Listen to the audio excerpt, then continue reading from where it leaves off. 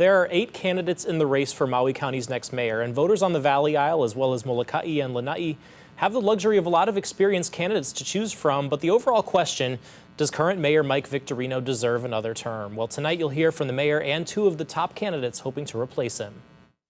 Mayor Mike Victorino facing some tough competition, some well-known opponents, Richard Bisson, a former judge, and Kelly King, a county councilwoman.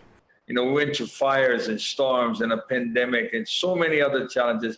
Not unusual for most counties throughout the nation and in the state of Hawaii. But here we are at a real pivotal point where we could really make a difference for generations to come. I feel like I'm running for something, not against anyone. And I feel like my leadership experience that I've had over the last 35 years plus, if you go back even further, makes me qualified to be that balanced leader that I think we're lacking. There didn't seem to be a really proactive, environmentally focused, human rights focused candidate running for mayor that I thought about, the changes I could make. Some of those changes, all 3 candidates say Maui County needs to do more to create affordable housing, with average home prices topping $1 million, limit development, and decrease reliance on tourism.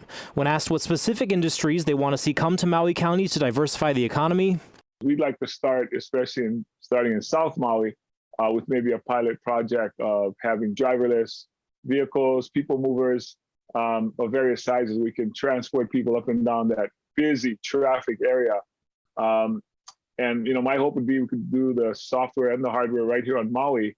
Our technology, we've never really fully developed. Our R&T park, which was supposed to be the high-tech center of Hawaii, never took off like that. So we need to take another look at how we can get that going. The film industry is starting to be big here. And I've talked to the unions and I've talked to young people who are getting into the film industry who would like to see it grow. As I mentioned, livable wages are very important. Wellness and health is one of the first things we look at. Technology, agriculture. When you put those 3 together, you get a winning combination. It all comes at a time when Maui has seen crime going up and turmoil within the Maui Police Department. With a massive officer shortage and reports of low morale with the new chief, the candidates share their plan to turn things around. We're working on behind the scenes to see what we can do along with the commission to make things better with retention and recruitment and bonuses maybe put out there that they'll help people stay here.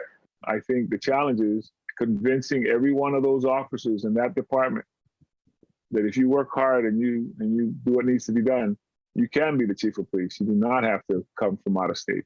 I guess my first conversation with the police chief would be, what's your plan to address the morale, and how can I help?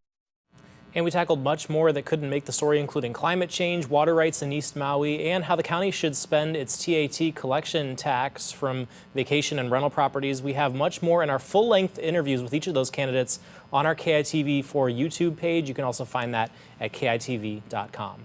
And of course, the primary election's just a little more than a week away, and KITV4 wants to make sure your voice, your vote is heard. Be sure and stick with us for election coverage all the way through the primary on August 13th and through the general election in November, on air, online, and across social media.